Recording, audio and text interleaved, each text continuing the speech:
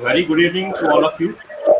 So, I am Vikas Verma, former Assistant Advocate General and Co-Chairman of All India Lawyers Forum. So now today's session, we have with our chief guest, Lordship Honorable Mr. Justice L. Nageshwara Rao, Judge Supreme Court of India, and we have another keynote speaker, Vibha Makhija, Senior Advocate Supreme Court of India, and we have with Vinod Kumar Goyal, Government Council Delhi, and Chairman All India Lawyers Forum. And we have with Rajiv Dalal, Barrister and Advocate Supreme Court of India, and we have with Saurabh Arora, former double AG and Advocate Supreme Court of India. So it's a great honor for us that Lordship has accepted our invitation as well as ma'am. So now may I request to Rajiv Dalal kindly give the welcome address in respect of our guest. So over to Rajiv Dalal. Thank you, Mr. Verma. Good evening, everyone. I'm Rajiv Dalal. Our chief guest for the session, Honorable Mr. Justice L. Nageshwara Rao, Judge Supreme Court of India. Our keynote speaker, Ms. Vibha Makhija, Senior Advocate, Supreme Court of India. Our members and viewers, on behalf of All India Lawyers Forum, its chairman, Mr. Vinod Kumar Goyal, Advocate, and co-chairman, Mr. Vikas Verma, Advocate, and the entire executive.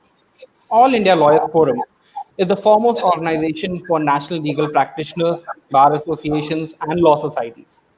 Established in 2009, it was born out of the conviction that an organization comprising of various bar associations could contribute towards national stability and peace through administration of justice. In the following years since its creation, the organization has evolved from an association comprised exclusively of bar association law societies to the one that incorporates individual national lawyers and entire law firms. The present membership is comprised of more than 10,000 individual lawyers from across the nation. During the current lockdown time, the organization has taken the initiative to organize lecture series, and we are proud to inform you that today's session is the 24th webinar being organized by the forum. Our chief guest for today, Mr. Justice L. Nageshwara Rao, did his law from Nagarjuna University, Guntur, Andhra Pradesh. Sir got enrolled as an advocate in 1982 with the Bar Council of Andhra Pradesh. Upon enrollment as an advocate, he started practicing before the district courts, Guntur. In January 1985, he shifted his practice to Hyderabad and started practicing before the High Court of Andhra Pradesh. Thereafter, in 1995, Sir shifted to Delhi and primarily practiced before the Honorable Supreme Court. Sir was designated as a senior advocate by the Andhra Pradesh High Court in December 2000. Sir has served as Additional Solicitor General of India on 2 occasions. First, from August 2003 to May 2004, and again from August 2013 to December 2014.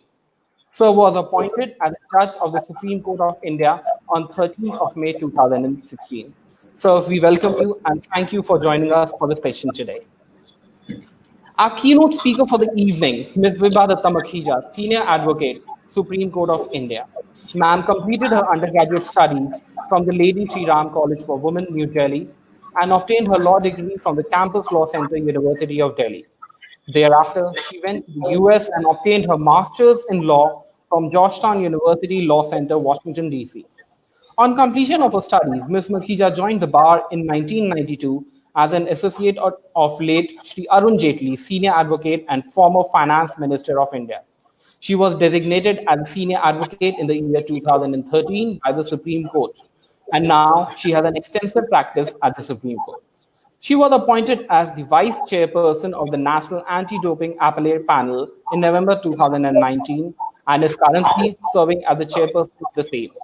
She has served as Standing Counsel for the state of Madhya Pradesh from the year 2010 to 2013 before the Supreme Court of India. She has previously served as a member of the National Legal Services Authority from 2013 to 2015. Ma'am has also been actively involved in legal services activities of NALSA and the Supreme Court Legal Services Committee. Ms. Makhija is also active in the gender sensitization activities at the Supreme Court. It was pursuant to the writ petition filed by her and Ms. Binu Tamta that the gender sensitization rules were framed and the Gender Sensitization Committee was set up in Supreme Court. Ms. Makhija also serves as member of the Asian Law Alumni Advisory Board of the Georgetown University, US. I welcome you, ma'am, and thank you for joining us for today evening.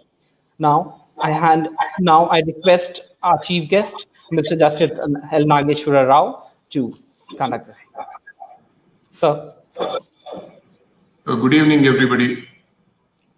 At the outset, I appreciate the efforts of the All India Lawyers Forum in conducting webinars in these difficult times of part closure of courts. This is the time that all of us have to keep ourselves busy by the learning, which is an important aspect which legal professionals should not forget. I am also happy to note that this is the 24th webinar, and a few of my colleagues and senior lawyers of the Supreme Court and others have shared their views on important topics of law with the lawyers who are interested. Separation of powers is a tussle between the three organs of the state, which is a subject matter of debate constantly in a democracy. 3 days back, the US Supreme Court delivered 2 judgments on separation of powers. There was a subpoena that was sent to various banks, financial institutions, and auditors to submit the accounts of the President of America, Trump. These subpoenas were sent by the grand jury of a criminal court and by 3 committees that were appointed by the Congress to go into certain allegations pertaining to foreign funding and the security of the state insofar as the elections that were conducted earlier to the president's post were concerned. The subpoenas were challenged by Trump and his family members, and the grounds raised mainly revolve around separation of powers and the privilege of the president. In the United States of America, the Constitution provides for rigid separation of powers, unlike India. Article 1, 2, and 3 deal with powers of the legislature, the executive, and the judiciary. Unlike in India, the president of America is elected directly by the people. He is not responsible to the legislature, he is responsible to the electorate. And all executive power is exercised by the president. So the president, in the case that was being argued by the Supreme Court, claimed privilege of material which was sought by the committees not to be revealed, by arguing that the scheme of separation of powers in democracy, the prerogative of the executive has to be protected, and the legislature and the judiciary, because as I told you here, subpoenas were issued by the grand jury of a criminal court as well, which is a subject matter of Trump versus Vance. The other case pertains to subpoenas issued by the committees of the Congress, that was Trump versus Mazars. The US Supreme Court held that in spite of the existence of separation of powers, even the president is not above the law, and any evidence that is forthcoming for a legitimate legislative interest has to be produced before the committees. In the same manner, the evidence of every man being important and the President of India not being above every other person in the country has a duty to submit the records that have been summoned by the court. I'll come back to this a little later. Going to the genesis of separation of powers, way back in the 4th century BC, Aristotle, in his book Politics, has referred to three wings of a garment. And he was speaking about three types of garments. Garment by one, which is the monarchy. Garment by a few, which is the oligarchy. And the garment by many, which is the democracy. But he was talking about judiciary, executive, as well as the legislature. Moving forward, the first person who really spoke about the separation of powers is Montesquieu. Montesquieu was a French nobleman and a parliamentary magistrate. He traveled Europe for about 2 years, and he spent most of his 2 years' time of his travel in England. He saw the institutions functioning in England, went back, and then wrote a book, Spirit of Laws, which was published in 1748. Montesquieu said that the liberty of an individual will not be protected unless there are three wings of the garment, which is the judiciary, executive, and the legislature, which will act in their own spheres. And he also said that the liberty of an individual can be protected only if the judiciary is separate from the executive, number one. And number two, he said that the judiciary is next to nothing because all the powers are with the executive and the legislature. Laws are made by the legislature, and the executive is the one which implements the laws. But the philosophy of Montesquieu was carried forward, and during the American Revolution and the Civil War of England, this gained pace.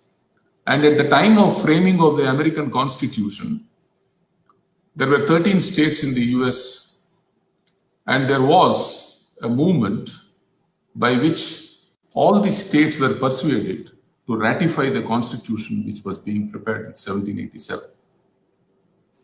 Ratification took place in 1789. At that point of time, to encourage the states to ratify the Constitution, three gentlemen, John Jay, who was the first Chief Justice of the American Supreme Court, James Madison, who was the fourth President of the US, and Alexander Hamilton, they wrote several papers which are famously referred to as the Federalists. Federalist 51 relates to separation of powers, which was written by James Madison. James Madison served as US President for 2 terms. He said that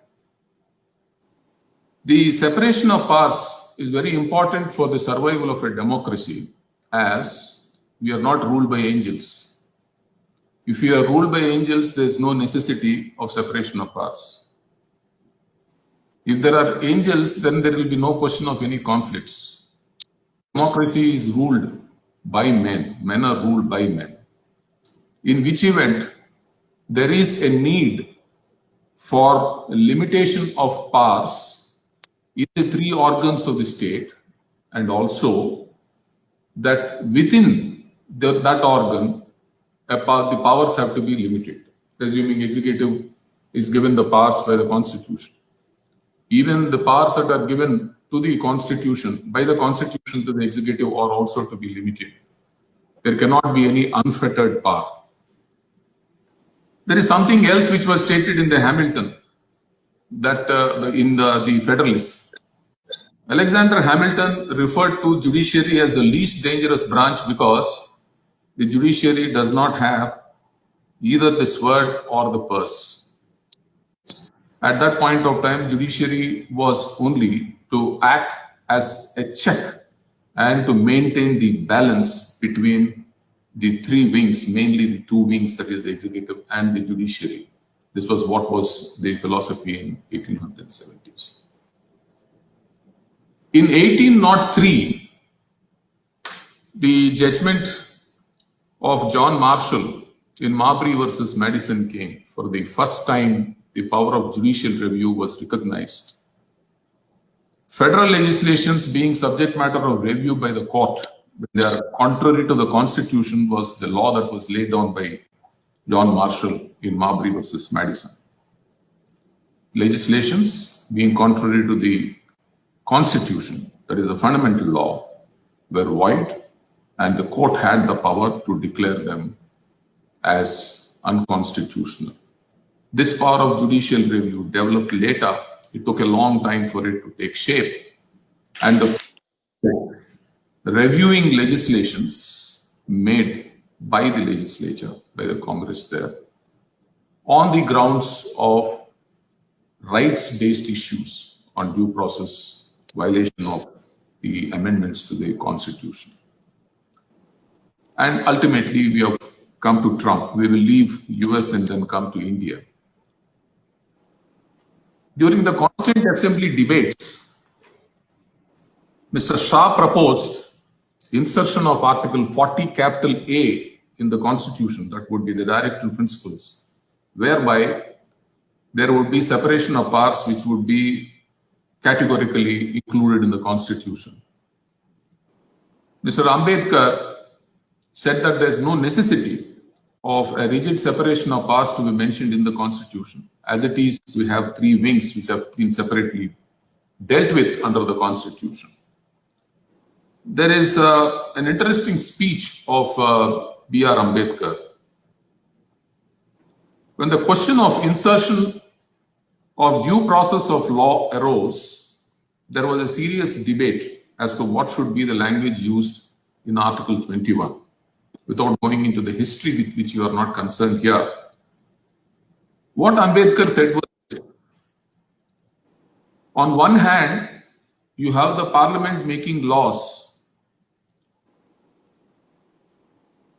It cannot be said that the laws that are made would not be made on party lines for political reasons. On the other hand, you have 5 or 6 gentlemen sitting in the court declaring these laws that are made by the parliament as unconstitutional. Mr. Ambedkar said that the power between the parliament and the court is like a traveler between Charybdis and Skylla. In Greek mythology, Charybdis is a whirlpool, and travelers who are going by boats in those straits to avoid Charybdis go to the other end of the stream, and then they are eaten by Skylla, who is a monster.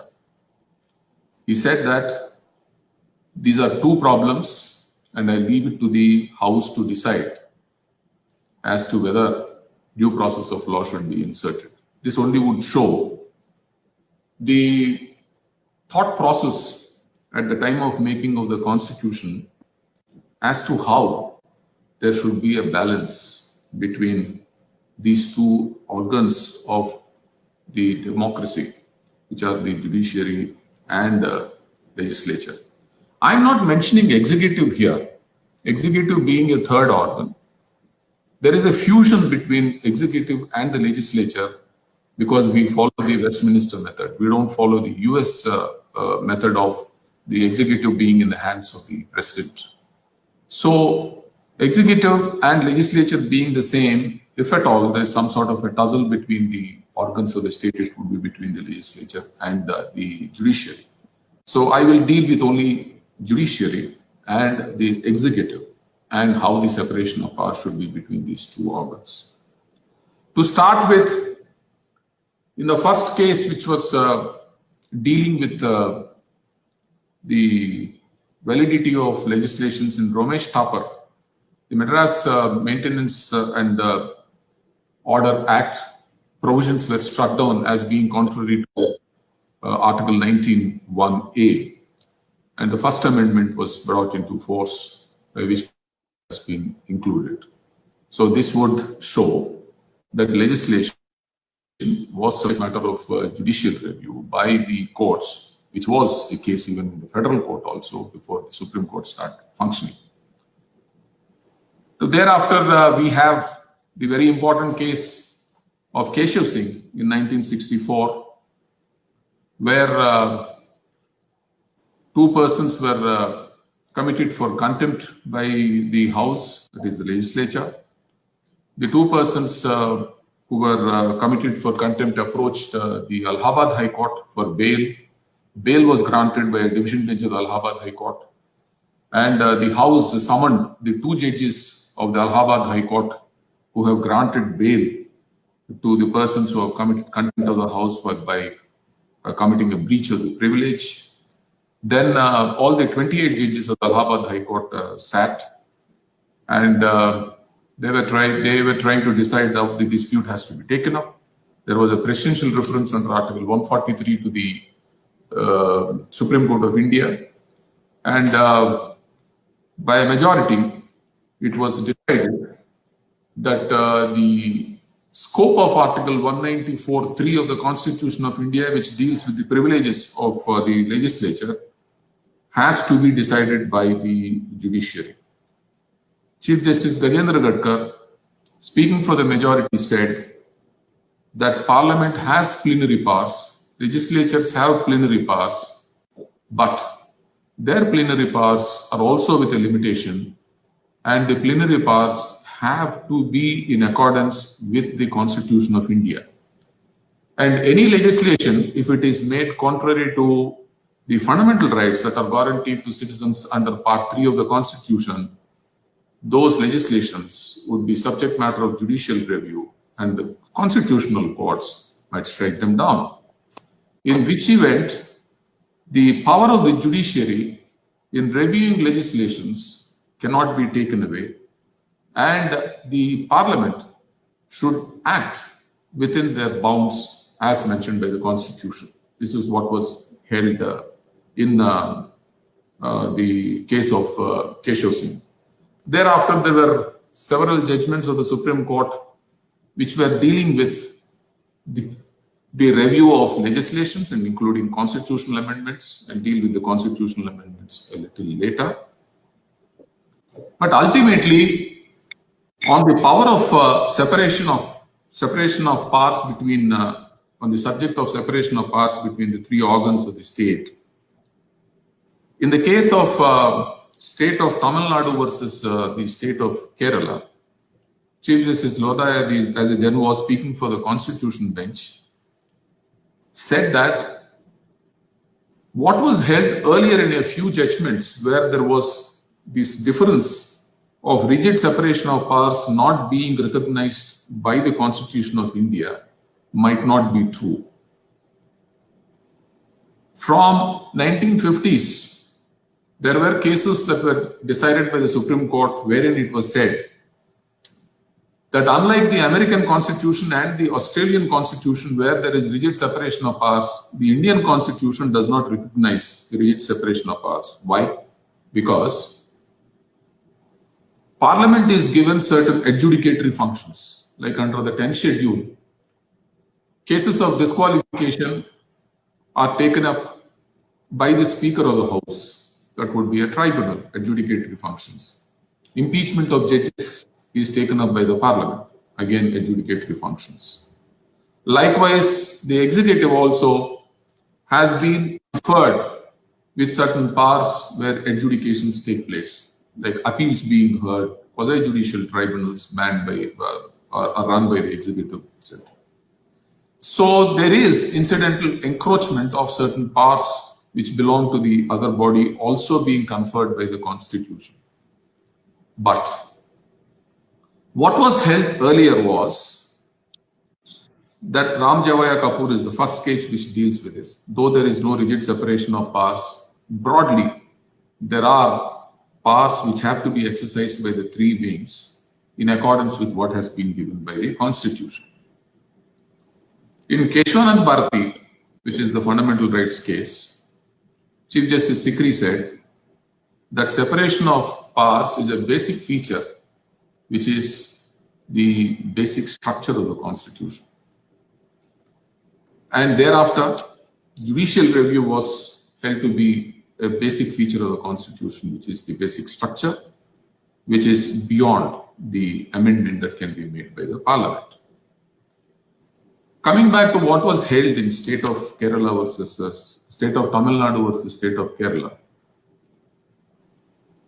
there was a judgment of the Supreme Court in a dispute between these two states pertaining to the Mulla-Periyar Dam, the height of the Mulla-Periyar Dam. A legislation was made by the state of Kerala trying to get over the judgment of the Supreme Court. State of Tamil Nadu challenged the legislation, saying that this is in violation of separation of powers, apart from various other points that were raised. What was held, which is more important for today's discussion, is this: that though we do not have a rigid separation of powers, we are not different from the US or Australia, where there is a rigid separation of powers. There cannot be entrenchment of one organ into the activities of the other, is what Chief Justice Lodha said. The other aspect, which is very important, which he held, is that separation of powers, if at all it is violated, would be violative of Article 14, which is the right to equality and equal protection of laws, which is enshrined in the Constitution. And any legislation that is made in contravention of separation of powers would be violative of Article 14 and would be amenable and liable to be struck down, is what he said. Judiciary is dealt with in a separate chapter. Likewise, the legislature is dealt with separately, union as well as the state legislatures. Executive is dealt with separately, union as well as the states. Then what is the problem? So all these organs, separate organs, can have their own field of activity. Why is it that these disputes arise between these organs? Before I go into that, I should tell you that Article 50 of the Constitution, which is one of the directive principles, says that the judiciary should be separate from the executive in the public services of the state. There are two other provisions which I have to mention. One is Article 245 of the Constitution of India, which empowers the Parliament to make laws subject to the other provisions of the Constitution.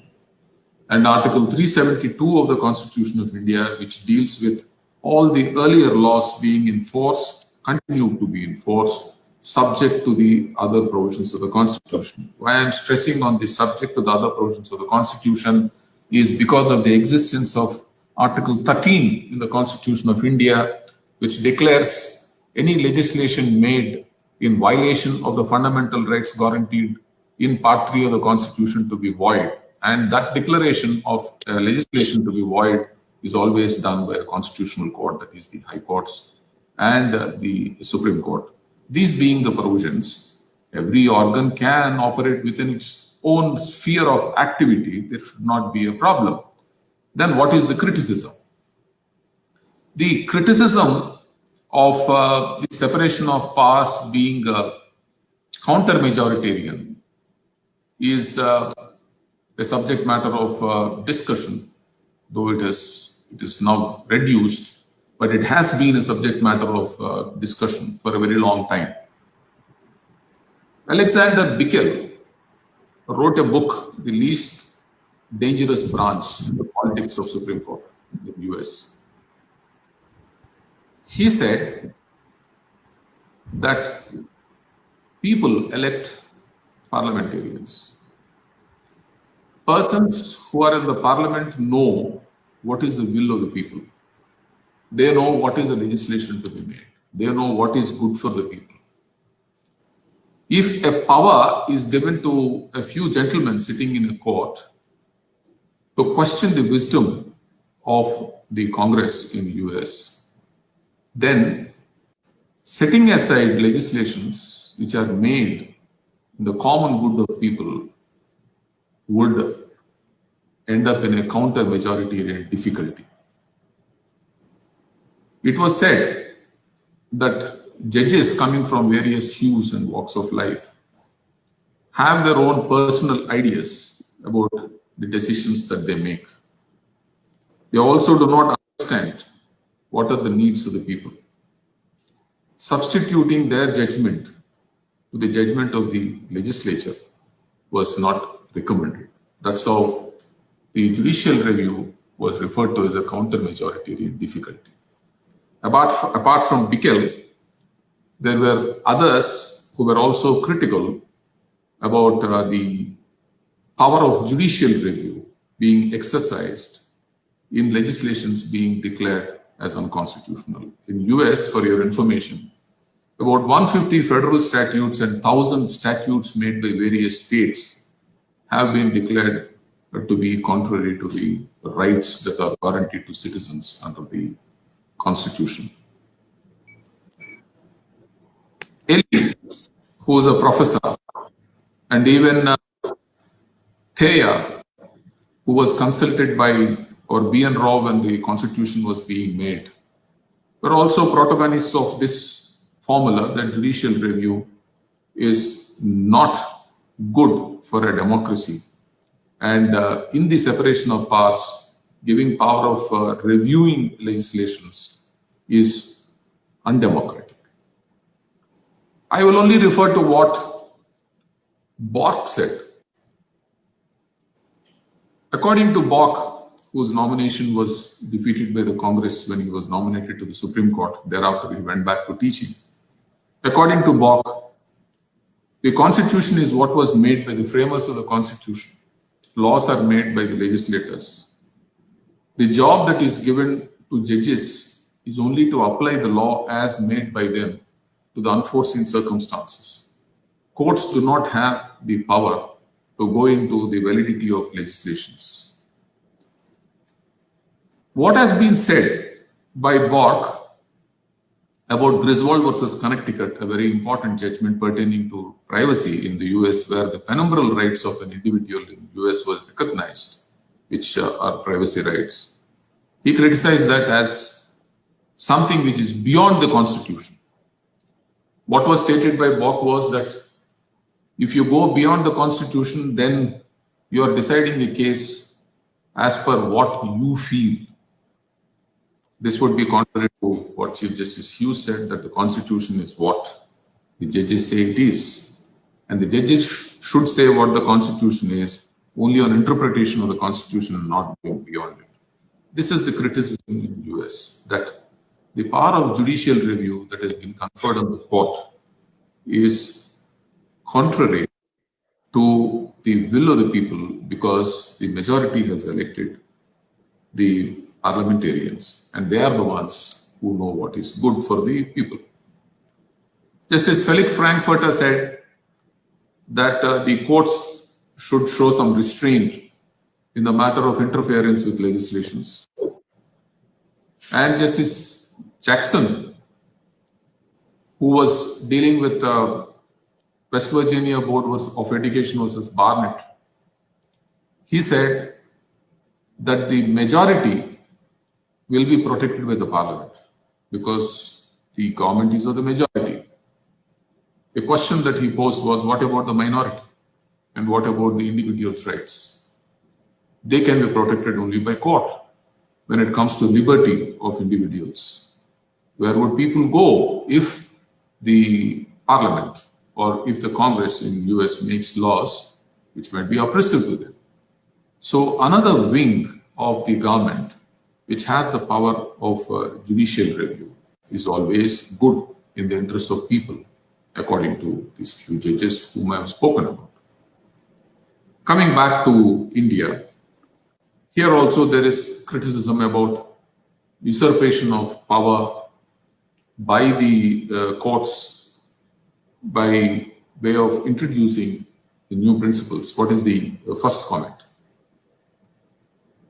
Late Andhyarjuna and a few other scholars were critics of the introduction of the basic structure doctrine in the Constitution. You must be knowing the march of law about how constitutional amendments have been made and about how initially the Supreme Court was reluctant to interfere in the amendments, with the amendments that are made in the Constitution. In Shankari Prasad and Sajjan Singh, the Supreme Court held that constitutional amendments are beyond judicial review. This was reversed in Golaknath where Justice Subbarao held that if amendments are made in violation of fundamental rights, they are still amenable to judicial review. Constitutional amendments were read into the expression law in Article 13. To overcome this difficulty, the 24th Amendment was brought in along with the 25th, which was subject matter of challenge in Keshwanand Bharati case, which is very famously called the Fundamental Rights case. Though the amendments have not been struck down, what was held in Keshwanand Bharati is that though you can amend the fundamental rights, the basic structure of the Constitution cannot be altered by amendments that are made under Article 368. There was another attempt that was made later to bring in 368, 4 and 5, by which the amendments could be made to the Constitution of India without any limitations as have been mentioned in Keshwanand Bharati. And they were taken out of the purview of the judicial review again. And in Minerva Mills, these two provisions also have been declared as unconstitutional as they were tampering with the basic structure of the Constitution. Now, what is the criticism about this basic structure? There's nothing like basic structure which has been mentioned in the Constitution. This is an invention of the judiciary, and the persons who criticize this basic structure doctrine are mainly on this aspect that the Parliament makes laws and it is for the judiciary to interpret them. And if there is a law that is made by the Parliament, there is a judicial review that is provided in the Constitution, as I mentioned about Article 13. But insofar as the Constitution itself is concerned, if an amendment is made to the Constitution, that amendment is made by exercise of constituent power and not the parliamentary power. There's nothing like parliamentary sovereignty in India like US, and there's nothing like judicial supremacy in India. Parliament as well as the judiciary are both under the sovereign, which is the Constitution. They work only within the boundaries that are mentioned in the Constitution. So, the plenary power of the Parliament in making fundamental laws is different from the constituent power when it is exercised to make amendments to the Constitution, with which the court has nothing to do. So, according to the critics of basic structure, they say that this is assumption or usurpation of power by the judiciary, and the least dangerous branch has become the most powerful branch. The other criticism that is made to the separation of powers not working properly is that one wing of the government, that is the judiciary, has been very active in trenching upon the areas which are earmarked for the legislature and the executive. Laws being made by the judiciary. Does judiciary make laws? No, judiciary doesn't make laws, but interstitial legislation is definitely made by the judiciary. It's not legislation, interstitial law. Whenever there is no law that is governing the field, courts have been giving guidelines as to what should be done till the law is made. Whether courts have the power to advise or to direct the legislature to make laws, one. The court does not have power to direct legislature to make laws, and it doesn't do at all. Advice being given depending upon the situation which arises in various cases that come up before the court, advice is given where law commissions are asked to make certain recommendations which will be taken into account by the Parliament, and then legislations are made. To that extent, there's no encroachment here.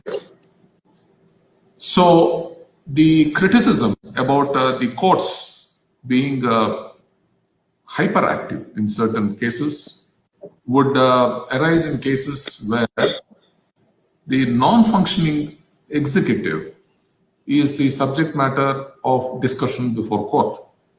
Various situations in myriad conditions come up before court where complaints are made of inaction on the part of the executive in protection of the fundamental rights of citizens, apart from the excesses that are committed by the executive in violating the law in not protecting the fundamental rights. In our constitution, the little man who walks into the booth to cast a vote is the most important person. Protection of individuals' rights, human rights and fundamental rights as enshrined in Part 3 of the Constitution is the supreme goal with which all the organs have to function. If the executive is not acting, and if the courts are stepping in where they have to, that is their duty. Sometimes there might be aberrations where certain directions are given by the courts, which they ought to leave it to the executive. But that doesn't mean that the power of judicial review and the well-accepted principle of separation of powers is not working properly. What is the other criticism? The other criticism is that there is no respect for institutions between themselves. Even in the case of Keshav Singh, Chief Justice Gajendra Gadkar said that the institutions have to function harmoniously. There should not be hostility, there should not be antimony between the institutions, and they should work like a well-oiled machine. But I have a different take on this. Aaron Barak, in a book, A Judge in a Democracy, says that by virtue of the duties that are conferred on these three organs of the state, there is bound to be some sort of a rift between these bodies. And he says that this tension between these two organs or three organs of the state is healthy for a democracy. Assume that the judiciary is hand in glove with the executive and it would pass orders in favor of the executive. That would not be protecting the fundamental rights or the human rights of individuals. Whenever there is a complaint made that the executive has not acted in accordance with law, it is for the court to find out whether there has been any excess. And if the court finds that there are excesses, there is some action which is in violation of the law or which is in violation of the constitution, then the court comes to the rescue of the individual. By virtue of this, there is always a tension between two branches of law. There is a complaint by the executive and the legislature that the judiciary is encroaching into their fields. This is a constant bickering on the part of one or the other organs of the state. And it is healthy for a democracy, is what Aaron Barak, a former Chief Justice of the Israel Supreme Court, says. I believe that that is true. But it is time that all the three organs realize that there should be healthy respect for each of the organs. There is criticism about judiciary going beyond the brief, issuing directions to the executive, trying to run the country by issuing various directives without reference to the executive. On the other hand, there is criticism that the judiciary is not coming to the rescue of the fundamental rights of the citizens. And as and when citizens approach the court, they are taking the side of the executive, they're reaching out of the hand of the executive. So these things happen depending upon the perception of individuals as to whether the judiciary is discharging its duties in accordance with the constitution, is a subject matter of discussion and criticism. Criticism which is constructive and healthy is always welcome. But retributive criticism is not. Judgments can be criticized, opinions can be criticized, and the courts are also ready to correct themselves if at all they commit an error. Constitution being supreme in a democracy, when all the three organs respect the constitutionalism, the powers that are conferred on them, and keep the individual in mind, to discharge their functions in accordance with the Constitution would be in the interest of democracy. Just imagine a situation where the different organs of the state get together and there is absolutely no separation of powers. What would be the result? The result is we are going back again to 4th century BC, where monarchs were there. We are going back to the period of Montesquieu, where Louis XIV was an absolute monarch for 45 years, which made Montesquieu propound this principle of separation of powers. We are going back to the American Revolution before the Constitution of US was framed, where there was no separation of powers. You have the church and the state sitting together and taking decisions. So to obliterate these situations where there is absolute power, you remember what Lord Acton said, power corrupts and absolute power corrupts absolutely. This is a situation which we do not want.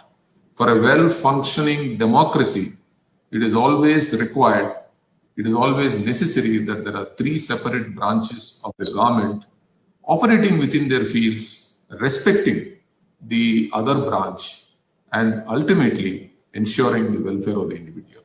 Thank you very much.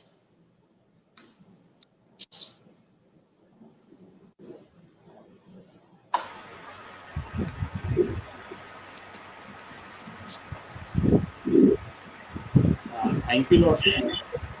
Thank you, Lordship, for giving the academic and informative knowledge on the Constitution, that is separation of power.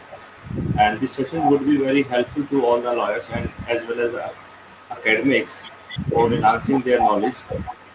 Now, may I to Vibha Makhija, Senior Advocate, Supreme Court, so kindly give your address on the separation of power. Good evening, everybody. I want to thank All India Lawyers Forum for inviting me in this forum on this very topic, which is very topical today because of the turmoil that all the democracies are facing in the entire world. Not only is the Indian democracy facing a large number of challenges, but world over, whether it is Hungary, Turkey, America, all progressive liberal democracies are today in a condition of flux, and therefore this topic becomes very relevant to this condition of flux. Separation of power is, so to speak, a theory which is synonymous with checks and balances. From time immemorial, whenever there is a question of polity and governance, there has always been a question of who has the authority to govern and what is the justification of that authority that the governing body has. In a democracy, the traditional ideal that we espouse is that the people give the authority to the government in terms of the constitution. It is the constitution which is adopted by people, and that is the document that gives the authority to the governing bodies. So, therefore, in India, especially when we are a parliamentary democracy, the entire emphasis is on the method of governance and how to ensure that there is fair governance. The danger that is to be curbed is with regard to over, what should I say, if there is uh, too much power in the hand of one organ, if that organ becomes so tyrannical in its actions that the population itself faces a lot of civil rights violations. So, therefore, our constitution, to start with, was looking at means and measures how to ensure that this balance of power is maintained and no one particular section of the governing body takes over the entire governance and is not being able to render justice to the people, for which purpose the whole constitution is made. So, therefore, the context that this topic arises in is with regard to the overstepping of one organ in their functions over the functions of the other organ of the state. Going by the constitutional scheme, and as told very minutely by Justice Rao, there is no specific article of constitution which prescribes for separation of power. But when we look at the scheme of constitution, there is an inherent separation of power that is created. It is imbibed in the constitution. But the only article which probably speaks about any kind of separation is Article 50 under the directive principles, where it is said that the state shall take steps to separate judiciary from the executive. And this is in the background of when the executive functions were, so to speak, also, the judicial functions were also rendered by the executive magistrates and executive bodies. So, therefore, this directive principle was adopted. But if one sees the general arrangement of articles, one sees that in part 5 and 6, there is a division of powers of the three organs of the government. And that division of power is made in such a way that they are equal handed, in such a way that each organ acts as a check and balance to the other organ. Therefore, when we talk of the originalists and the purists, they, according to them, our constitution does not prescribe for separation of powers. And therefore, Keshwanand Bharti has been criticized a lot by the originalists and the purists, because their whole argument is that this is not envisaged under the constitution. And an interpretation in this manner by the constitution is contrary to the spirit of the constitution. However, when we look at the reasoning of Keshwanand Bharti, and as Justice Rao has already taken us through the journey which led to Keshwanand Bharti, where the Supreme Court was in the beginning, in Sankari Prasad, etc., reluctant to even encroach a little bit or review the decisions of the legislative. When we come to Keshwanand Bharti, it is the issue of whether the amending power itself can abrogate certain basic features of constitution which were thrown up for the constitution bench to decide. And therefore the constitution bench had a challenge which was moral in character, which was also legal in character. And there was also an issue of justice and fairness. And to come to a conclusion that basic structure doctrine was a balance that was created by the judgment, which created this balance where the legislative power would have a wide berth, would not be interfered in the ordinary course, except if the infraction by the legislature was such that it attacked the constitution itself. Therefore, while maintaining complete independence of each and every organ, the basic structure doctrine also maintained a flexibility, maintained a balance, maintained a check and balance by virtue of this mechanism which was adopted. And this mechanism has been reiterated judgment after judgment in the Indian legal scenario. Not only is this justification found in the Indian legal scenario, but as Justice Rao has already taken us through the legal history, as far as Montesquieu is concerned, he was in his background, his issue was also to deal with tyranny, because the tyranny of the monarch was the issue which came up before him. And before that, going back to Aristotle, that was a time when monarchy or the aristocracy was considered the best form of government, because Plato said that we need to have a philosopher king. The governing persons will have the interest of all the people in their mind. These will be people who will be enlightened people, they will be philosophers, and they will lead and guide and show the light to all the other people, and will constitute a society which they call polity. That the polity will develop in such a way that the citizens will be guided by the monarch. And if the power is distributed, then the power will be corrupted. But the thing was that the difference in time, because at that time and age, the polity had a very different character from what the polity is today. Therefore, after World War II, the system of political governance, which has got the maximum, which is looked at as the most fair form of government, is a liberal democratic government.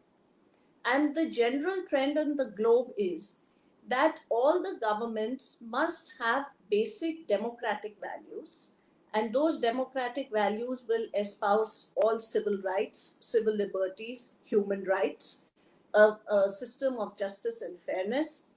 And once these democratic values are instilled in various polities, then the issue of the concentration of power arises. Now, the tussle between the three organs has been a very old tussle. It is a tussle where each organ feels not only that it has a constitutional mandate, but also has the moral authority to have the last word. And therefore, the executive and the legislative, in the Indian scenario particularly, has been very, very wary of the judicial review of its own decisions, or the laws that are passed by the legislature. Now, as far as the laws by legislature are concerned, the competency of legislature being supreme, and except when there is a discussion with regard to the competency vis-a-vis the state legislature or the parliament, that being supreme, the question that arises is whether it can be subject to judicial review. And if it can be subjected to judicial review, what are the limitations that are there with regard to the judicial powers of judicial review? The tussle arises also because besides judicially reviewing the laws that are passed by the parliament, there are also issues which arise to the fairness of laws with regard to the constitutional vires of the laws. And besides competency, the court goes into whether the law is violative of Article 14, 19, 21, or any other provision of constitution. That being a completely judicial domain, the executive and the legislature cannot have any complaint with regard to the judicial review power. But when the inroad goes further and it goes to the area of judicial activism, that is where the problem starts arising. Judicial activism has been looked down by the originalists and purists purely on the ground that that is not the function of the judiciary. But if one were to see what is the spirit of the Constitution, then judicial activism very much is enshrined in various provisions of the articles of the Constitution, especially under the powers of writ jurisdiction that are given under Article 32. As far as Article 32 is concerned, the power is so wide so as to correct any injustice that may come out of violation of the fundamental rights. That being the scope of Article 32, judicial activism becomes a part of Article 32. And judicial activism is a method for the judiciary to react to various ills, to the inaction of the government, or to the wrong action of the government, to the apathy of the government, and it normally functions in an area of public good. The thing that judiciary does is what is known as judicial restraint. The power that is there with the judiciary in the constitution is as wide as the power that the legislature has to legislate on laws. That being the situation, what the judiciary does is that it exercises the power of judicial restraint. It restrains from going into the sphere of policy matters that the executive and the legislature take up. Thus, when the executive or the legislature comes up with a particular law which espouses a particular policy, for example, the Manrega scheme. So, in that, there is a policy of social welfare of the labor. So, that being the situation, the judiciary will keep its hands off as to how the policy is implemented, and that being the policy of the government, because the government is a government which is elected by majority. Therefore, the argument of majoritarianism, that that being the will of the people, the government has entire right to execute the will of the people in a particular way. However, there is one caveat to it. Democracy is not equivalent to majoritarianism. Democracy has various values where it creates mechanisms for working out conflicts between different conflict groups. So there can be a very small minority group which may be in conflict with the majority group. And it is that voice which is recognized also in a democracy, and a space is created for the in a democratic environment for them also to have rights of self-determination and basic human rights.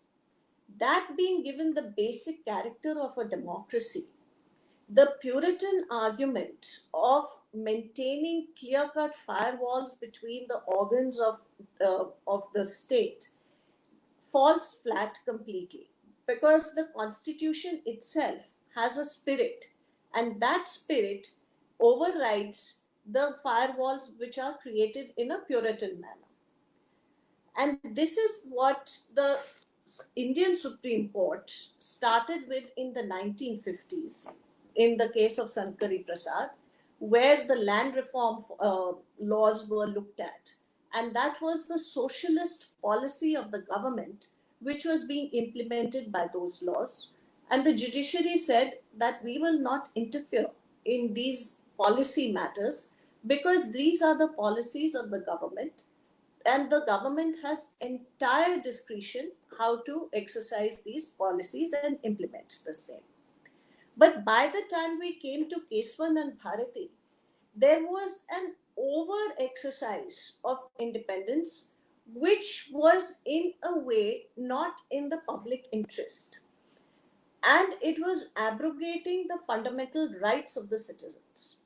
So it was that balance that needed to be established, and by way of this judgment, the Supreme Court held, and as Justice Rao has already said, that the amendments were upheld, but the line was drawn where the absolutism of the government would be checked by the judiciary.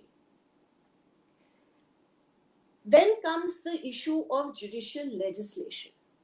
There are lots of questions which are issued which are raised with regard to judicial legislation, where the judiciary says that in this situation, these guidelines will be followed.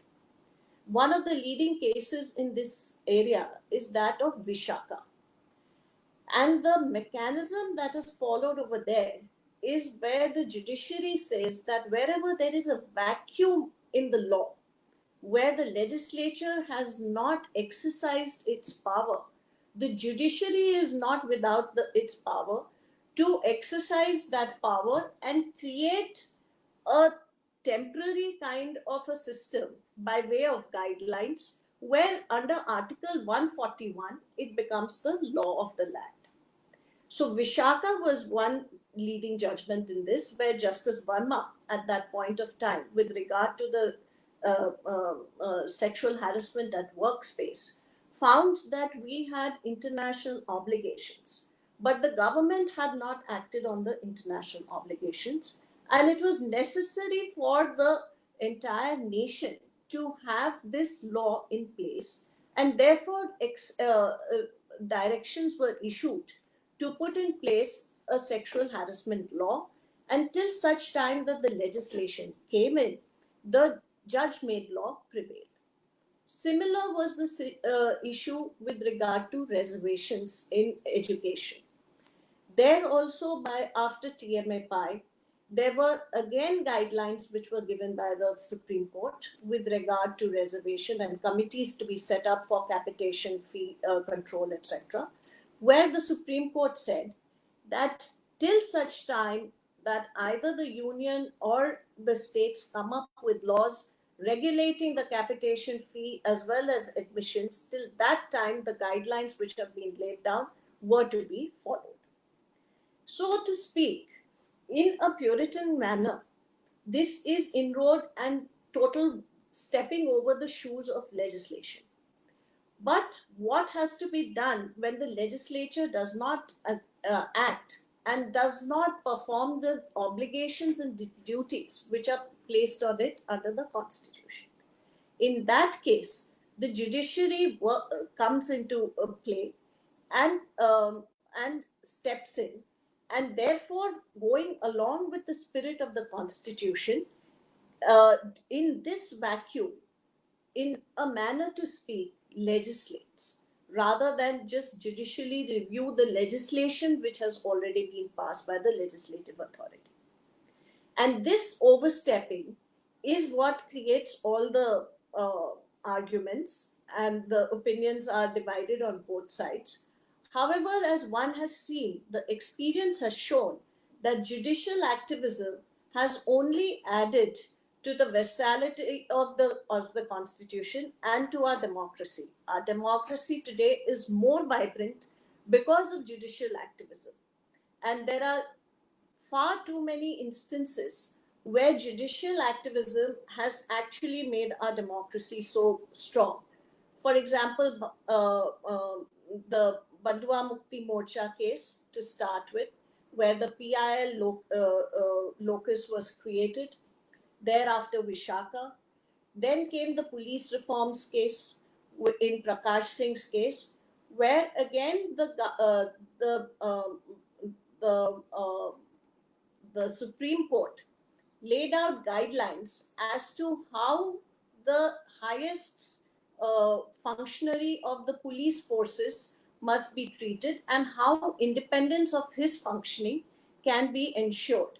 Because the fact of the matter, the problem in that case was that police officers were employees of the government and thus they could not act independently. And it was in that background that the Supreme Court gave guidelines and said that these are the guidelines which should be followed during the appointments and the tenure of police officials, senior police officials. Similarly, that was also done in the case of bureaucrats. Following Prakash Singh, TSR Subramaniam's case was the one which followed it in the case of bureaucrats. So these are extremely important areas where the judiciary, so as to speak, may step onto the toes of the executive, but the objective of doing the same is absolutely in keeping with the spirit of the Constitution.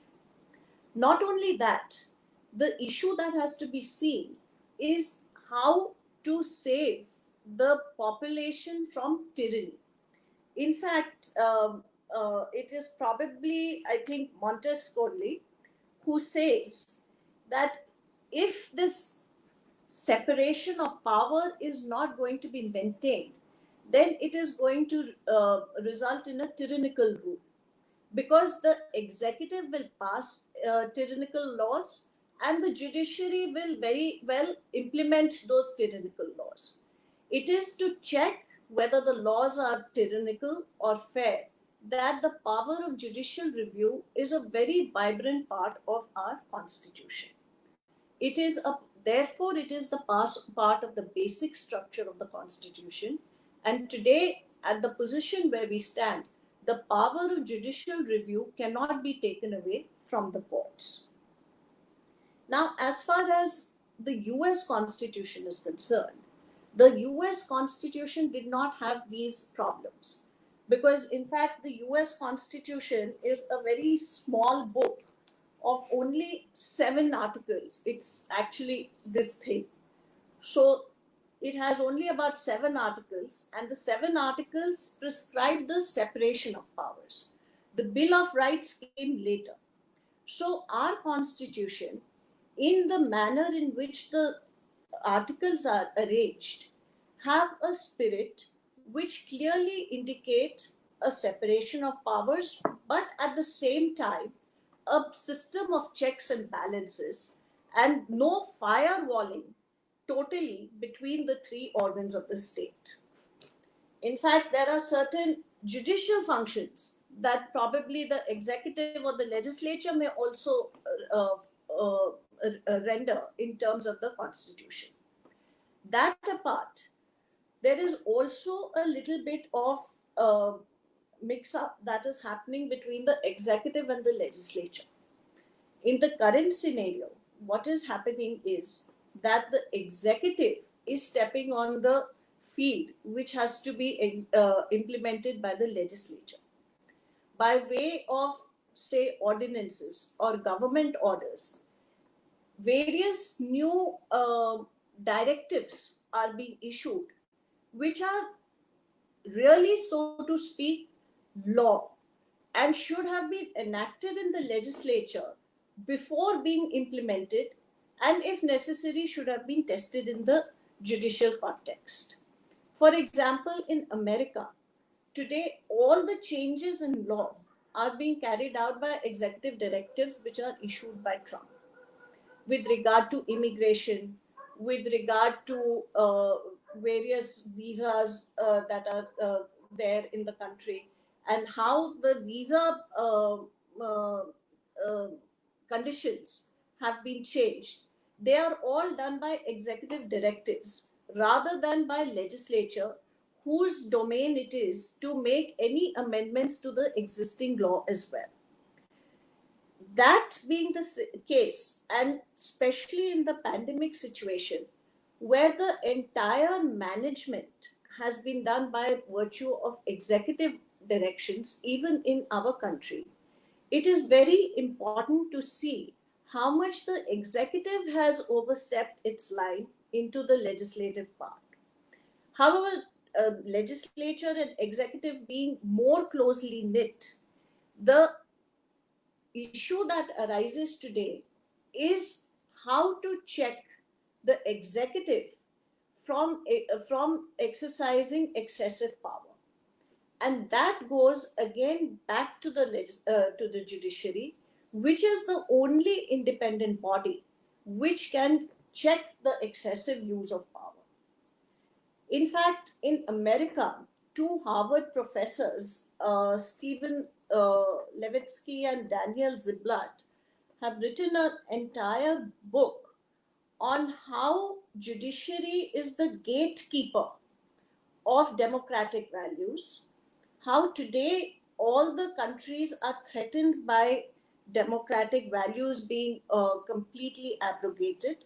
In fact, the title of their book is called How Democracies Die. So they, in a way, research and examine historic examples. For example, rise of fascism in Italy, rise of Nazism in Germany, similarly Japan, now Turkey. So they examine these countries nation by nation, and they come to a conclusion that every democracy, to be effective, has to have two very important aspects. And one important aspect is institutional forbearance, and the second is gatekeepers to tyranny.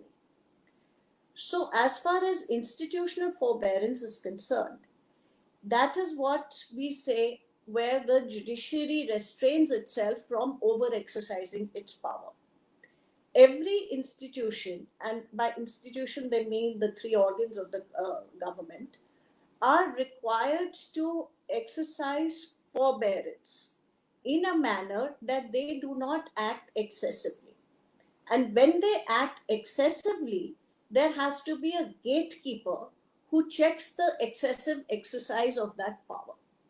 So, in a typical situation, whenever the legislature or the executive exercises its power in excess, then it is the judiciary which is the gatekeeper, which checks that excessive exercise of power and brings the balance of power back to a neutral position.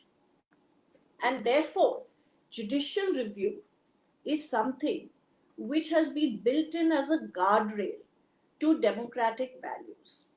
And that being the situation, the separation of powers, one can conclude, is a is something which is a part of the Indian Constitution, though not in a purest sense.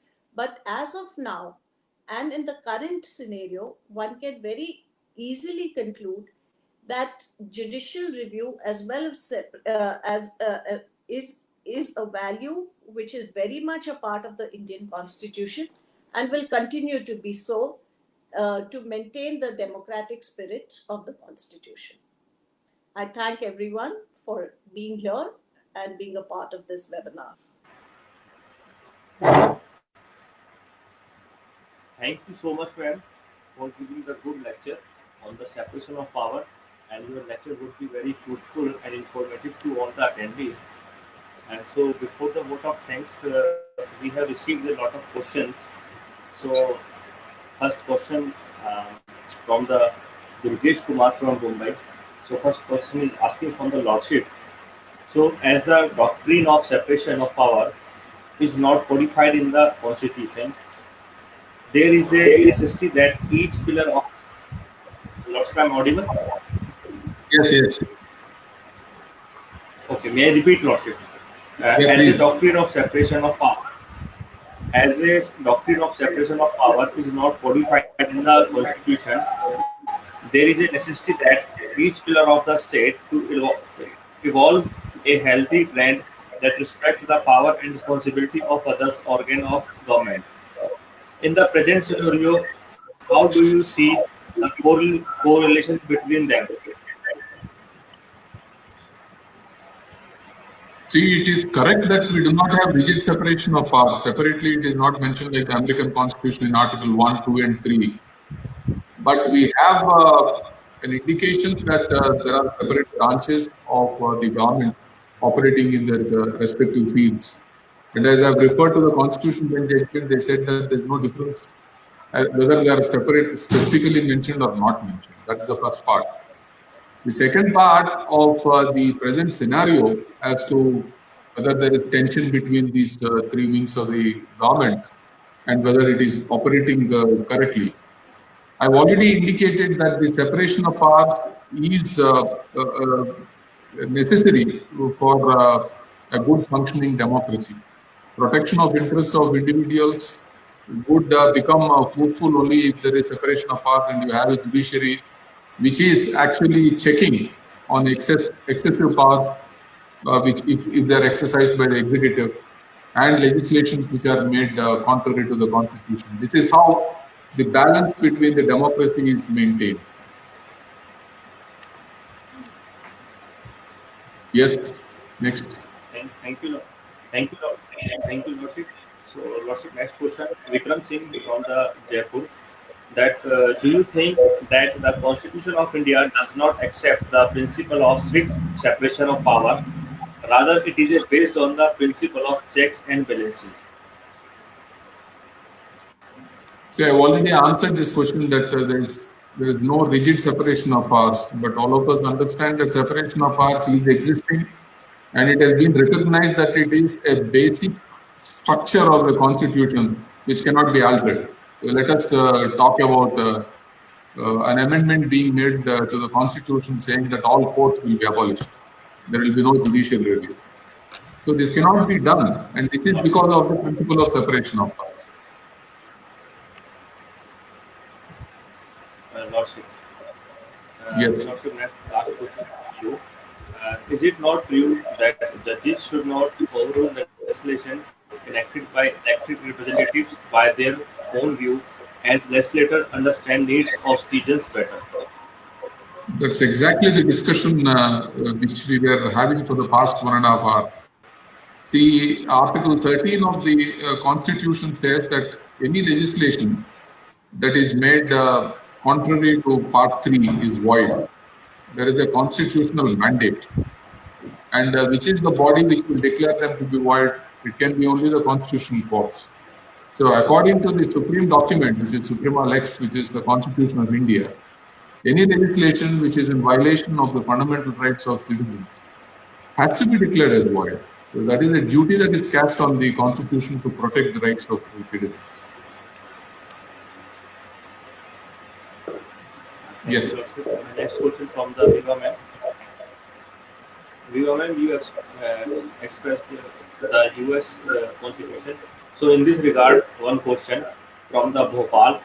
In the US, residents have declared almost 60 national emergencies since 1976 and can claim emergency powers over everything from land use and the military to public health. They can only be stopped if both houses of the US government vote to veto it or if the matter is brought to the courts, even though the doctrine of separation of powers is not explicitly mentioned in the Indian Constitution. The system of checks and balances starting from Article 50 ensures the application of same. Indian Constitution is still a document which stands as an example to the modern world as how constitutions can work in a complete scenario with each other. Do you agree with this statement? If yes, kindly put light on the same. See, the Indian Constitution came in 50, which was after 2 years of debate by Constituent Assembly, which was constituted of, I would say, each member of the 500 odd members were the Stormers at that. The American Constitution of 1787, as just a document putting a large number of colonies together. So the background of both the constitutions is very different. The thing that the federalists were concerned about at the time when the American Constitution was adopted was how to put independent colonies together. And they were more bothered about the separation of powers between and the arrangement of powers between them. Whereas the Indian Constitution founding members were more concerned with the entire social, political, economic interest of the country. Therefore, we cannot compare the two constitutions. In fact, when the Constitution of America came, it did not even have Bill of Rights. So to speak, the Indian Constitution is a far more complete document which takes care of various aspects, and the two situations are completely different, and the mannerisms of governance is completely different. However, the underlying values of rule of law, of equality and fairness runs common between.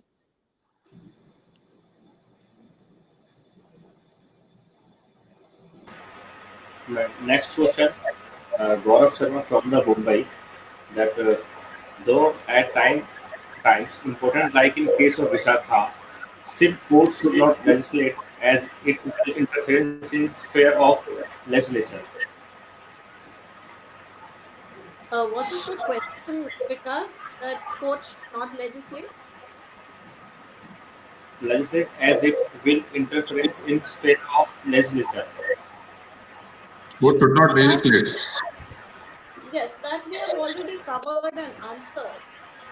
And we have already explained that when there is a vacuum and inaction on the part of the legislature from, and especially when it has failed in its constitutional duties and obligations, then there is no stepping over uh, by the uh, the judiciary when it creates certain guidelines in the vacuum. And in fact, Article 141 also supports the part that everything that is declared by the Supreme Court is the law of the land. So to speak, the vacuum being filled up by the judicial activism is a very valid exercise and is not contrary to the spirit of the Constitution.